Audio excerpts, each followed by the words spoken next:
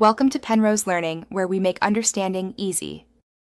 You begin by proving who you are, open Facebook on a secure device and go to Help or Recover. Enter the account email, phone, or username and request a recovery code. If you don't control the listed contact, choose No longer have access and prepare ID upload. Once done, make sure the name on your ID matches the profile and that photos are clear. This speeds manual review and reduces rejections during the verification process. After initiating recovery, follow the on-screen steps carefully, enter any code sent to your contact, and if prompted, start the ID upload flow.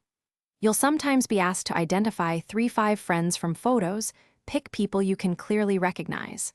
Also, supply concise details about recent logins and devices because Facebook uses those signals to match your claim.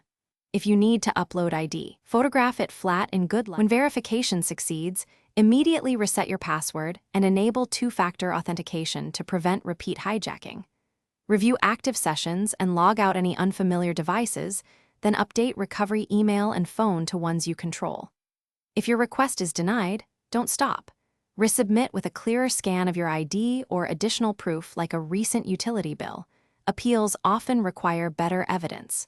For persistent failures, use the Appeal option and state the exact changes you observed, so review.